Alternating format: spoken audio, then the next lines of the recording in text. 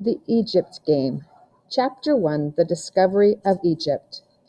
Not long ago, in a large university town in California, on a street called Orchard Avenue, a strange old man ran a dusty, shabby store. Above their dirty show windows, a faded, peeling sign said, A to Z, Antiques, Curios, Used Merchandise. Nobody knew for sure what the A to Z meant. Perhaps it referred to the fact that all sorts of strange things, everything from A to Z, were sold in the store. Or perhaps it had something to do with the owner's name. However, no one seemed to know for sure what his name actually was. It was all part of a mysterious uncertainty about even the smallest item of public information about the old man. Nobody seemed certain. For instance, just why was he known as the Professor? The neighborhood surrounding the professor's store was made up of inexpensive apartment homes, little family-owned shops, and small aging homes. The people of the area, many of whom had some connection with the university, could trace their ancestors to every continent and just about every country in the world. There were dozens of children in the neighborhood, boys and girls of every size and style and color, some of whom could speak more than one language when they wanted to. But in their schools and on the streets, they all seemed to speak the same language and to have a number of things in common. And one of the things they had in common, at that time, was a vague and mysterious fear of the old man called the Professor. Just what was so dangerous about the Professor was uncertain, like everything else about him, but his appearance undoubtedly had something to do with the rumors. He was tall and bent, and his thin beard straggled up his cheeks like dry moss on gray rocks. His eyes were dark and expressionless, and set so deep under heavy brows that from a distance they looked like dark, empty holes. And from a distance was the only way that most of the children of Orchard Avenue cared to see them. The professor lived somewhere at the back of his dingy store, and when he came out to stand in the sun in his doorway, smaller children would cross the street if they had to walk by. Now and then, older and braver boys, inspired by the old man's strangeness, would dare each other into an attempt to tease or torment him, but not for long. Their absolute failure to get any sort of a reaction from their victim was not only discouraging, it was weird enough to spoil the fun for even the bravest of bullies. Since there were several antique stores in the area to draw the buyers, the professor seemed to do a fairly good business with out-of-town collectors, but his local trade was very small. It was said that he sold items that were used, but not antique, very cheaply.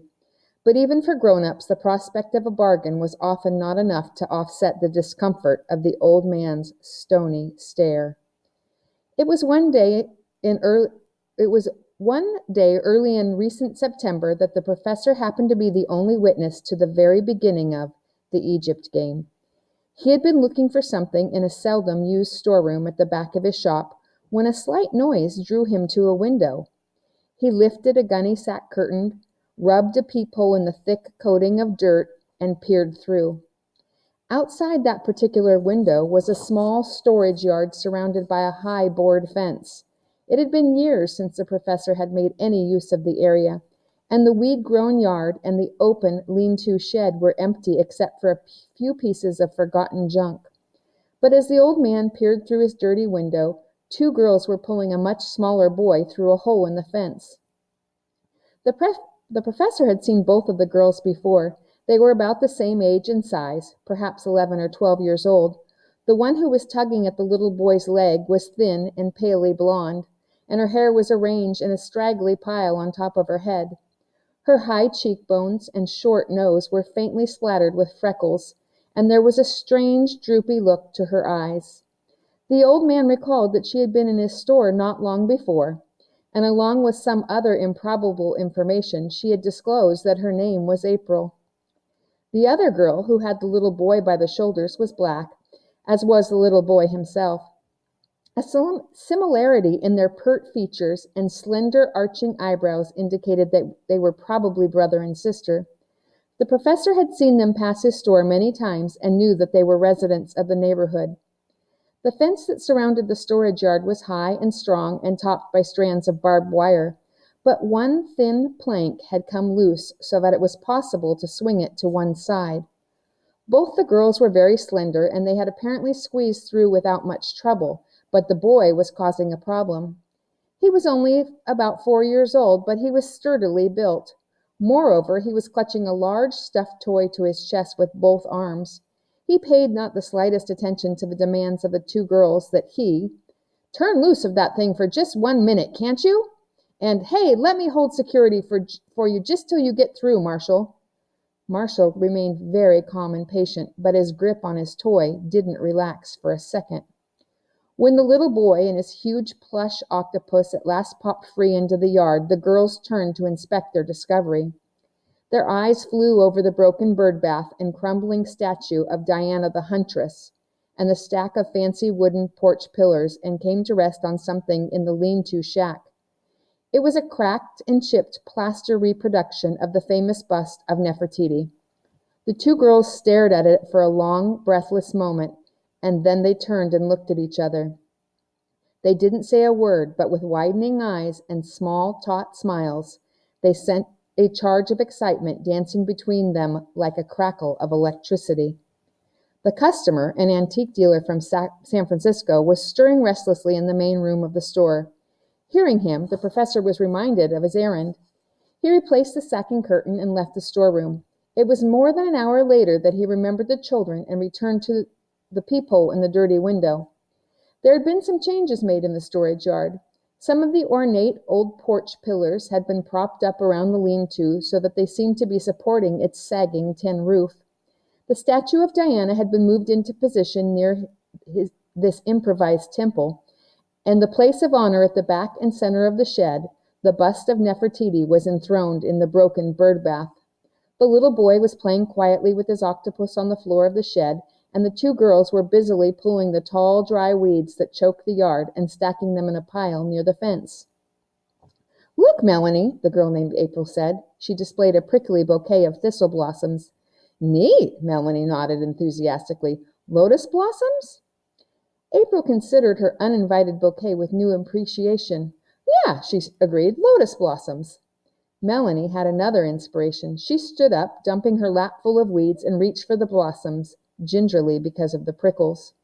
Holding them at arm's length, she announced dramatically, "The sacred flower of Egypt." Then she placed with dignity to the bird bath, and with a curtsy presented them to Nefertiti. April had followed, watching approvingly, but now she suddenly objected. "No, like this," she said. Taking the thistle flower, she dropped to her knees and bent low before the bird bath. Then she crawled backward out of the lean-to. "Neat," Melanie said, and taking the flowers back, she repeated the ritual, adding another refinement by tapping her forehead to the floor 3 times. April gave her stamp of approval to this latest innovation by trying it out herself, doing the forehead taps very slowly and dramatically. Then the two girls went back to their weed pulling, leaving the thistles before the altar of Nefertiti. A few moments later, the blonde girl sat back suddenly on her heels and clapped a hand to her right eye. When she took it away, the professor, peering through his spy hole, noticed that the eye had lost its strange, droopy appearance. "Melanie," April said, "they're gone. I've lost my eyelashes." At about that point, a customer, entering the professor's store, forced him to leave his vantage point of the dirty window. So he missed the frantic search that followed. He also missed the indignant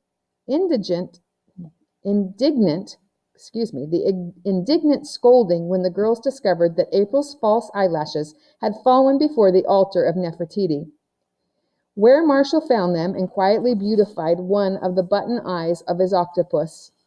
When the professor finally was free to return to his peephole, the children had gone home, leaving the storage yard almost free from weeds, and the thistle blossom offering before the bird bath. Chapter 2. Enter April. Her name was April Hall, but she often called herself April Dawn. Exactly 1 month before the Egypt game began in the professor's backyard, she had come, very reluctantly, to live in the shabby splendor of the old California Spanish apartment house called the Casa Rosada. She came because she had been sent away by Dorothea, her beautiful and glamorous mother, to live with a grandmother she hardly knew, and who wore her gray hair in a bun on the back of her head. None of April and Dorothea's Hollywood friends ever had gray hair, except the kind you have on purpose, no matter how old they got otherwise. It had been on that first day, early in August, that April and the professor first met. On that first morning of her new life, April had spent half an hour arranging her limp blonde hair in a high upsweep, such as Dorothea sometimes wore. It was hard work, much harder than it looked when Dorothea did it. As she pinned and repinned, April told herself with righteous bitterness that Caroline was sure to make her take it all down again anyway, and all her hard work would be for nothing. But if her grandmother noticed the hairdo, she said nothing about it at the breakfast table. She didn't even seem to notice how quiet and depressed April was and try to cheer her up with questions and conversation. April decided that Caroline must be the uninterested kind of person who didn't notice much of anything. Well, that was good, because for the short while that she was here, April intended to go right on leading the kind of life she was used to. And if Caroline didn't even notice, well, at least there wouldn't be any trouble. All through breakfast, Caroline went on saying almost nothing. But finally, when she was almost through, she said she wouldn't mind being called Grandma or even Granny if April liked. "Oh, I guess I'll just go on calling you Caroline," April said, and then with pointed sweetness she added, "That is, unless you'd rather I didn't." Dorothea always called her Caroline instead of Mother, so what was wrong with Caroline instead of Grandmother? Of course, Caroline wasn't Dorothea's mother. She was the mother of April's father, who had died in the Korean War before April even had a chance to get to know him. Nothing more was said until Caroline began to clear the table. Then she said, "I've arranged for you to have lunch with Mrs. Ross and her children on the second floor. She said she'd send Melanie, her little girl, up for you about 12 o'clock. The rest of the time you'll be more or less on your own, but I'd appreciate it if you'd let Mrs. Ross know if you leave the building. Just tell her where you're going and how soon you'll be back." "I can get my own lunch," April said. "I cooked a lot at home." "I know," said Caroline, "but I've made this arrangement with Mrs. Ross, so we'll try it for a while, just until school starts. The Rosses are very nice people. Mrs. Ross teaches school, and her husband is a graduate student at the university. They're little girls about your age, and they have a boy about 4. They're blacks," she added. April shrugged. "Dorothea and I know a lot of black people. There are a lot of black people in show business." Caroline smiled. "I see," she said. Tell me, April, what do you think of Casa Rosada?" "The what?" April said. "The Casa Rosada, this apartment house." "Oh," April repeated her shrug. "It's okay." Actually, it had been a pleasant surprise. That is, it would have been if she'd been in the mood for pleasant surprises. The last time she'd visited Caroline, she'd lived in a tiny, super modern apartment like a cell, only with paintings. The Casa Rosada was very different. Somehow it made April think of Hollywood and home. It was very Spanishy looking, with great thick walls, arched doorways, fancy iron grillwork, stained glass panels in the windows, and tile floors in the lobby. Outside it was painted pink. Caroline smiled her small, prim smile. "Mr. Ross calls it the petrified birthday cake, and I'm afraid that's a pretty good description. It must have been quite the thing when it was built back in the 20s. Of course, it's terribly run down now, but the apartments are roomy. It's so hard to find a modern place with 2 bedrooms that's not awfully expensive." It hadn't occurred to April that Caroline had moved because of her, so she could have a bedroom of her own. She knew she ought to feel grateful, but for some reason what she really felt was angry. What made Caroline think that April was going to be with her long enough for it to make any difference whether she had a room of her own or not? Dorothea had promised it would only be for a little while, only until things got settled down and she wasn't on tour so much of the time.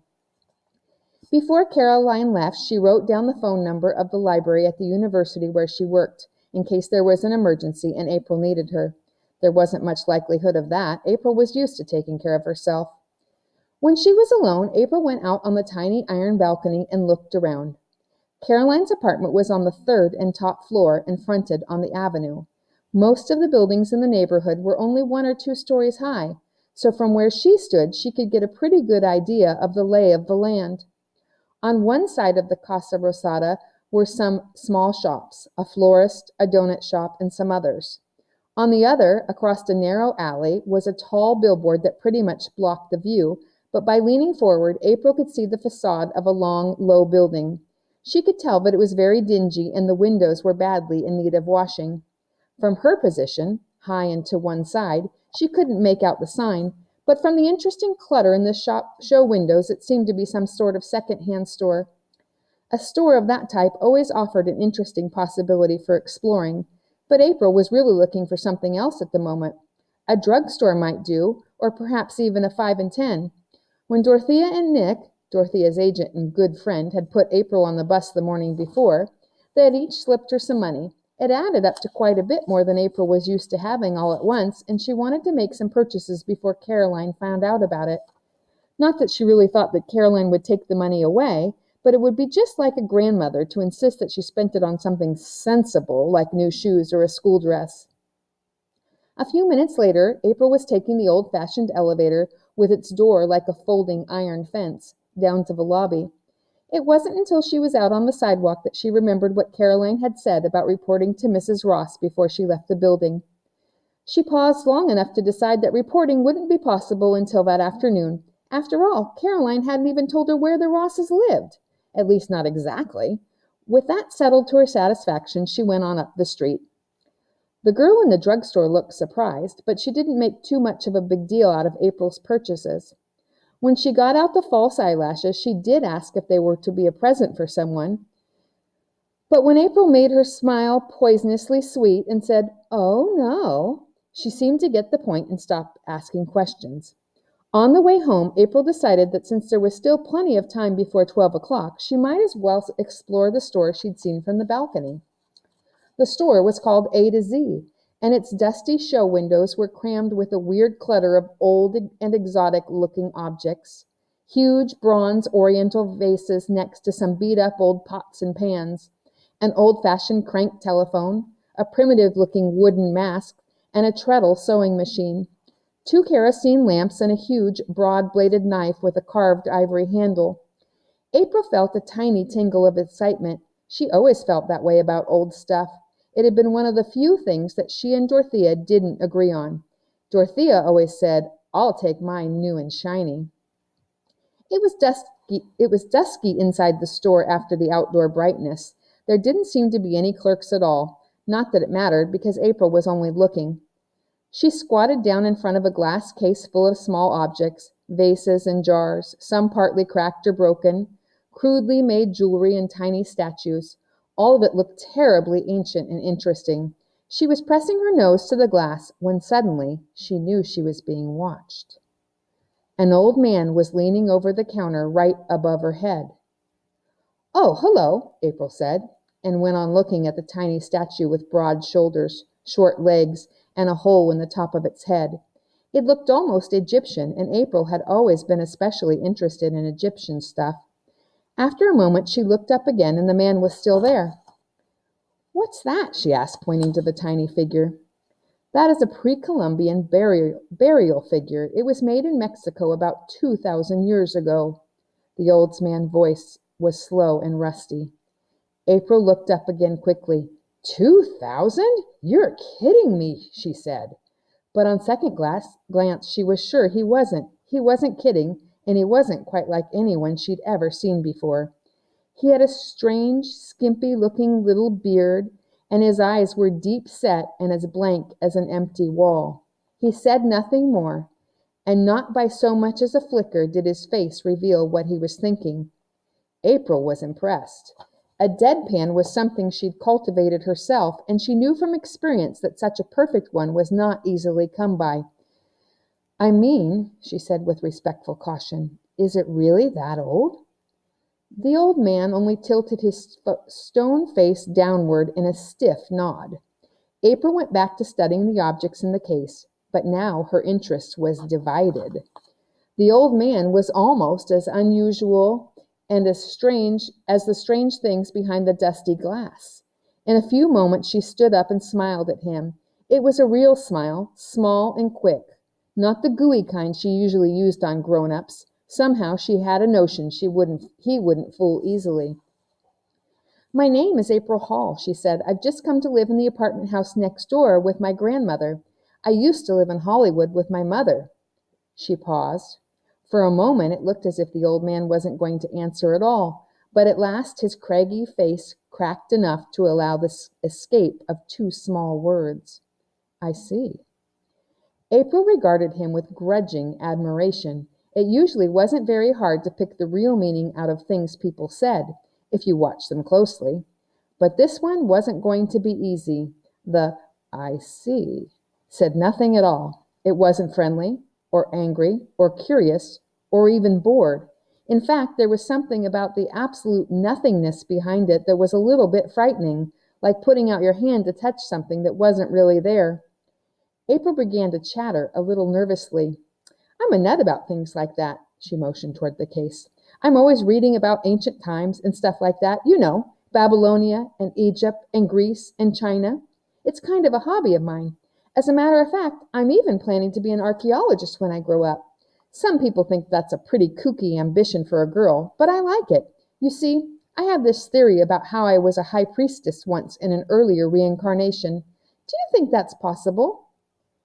"Possible?" The old man's voice quavered the word into a whole flock of syllables. "Many things are possible."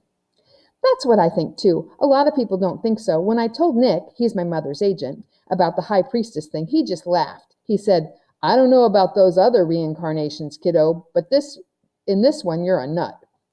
Before the old man could answer, if he was going to, a couple of ladies breezed in the doorway. Of course, they interrupted right away when they saw that April was just a kid. As she drifted out the door and back to the Casa Rosada, April wondered why she'd gabbed so much. It wasn't really like her. She started out just trying to get the old man to talk, and then somehow she couldn't quit. It was almost as if the old man's deadly silence was a dangerous dark hole that had to be filled up quickly with lots of words.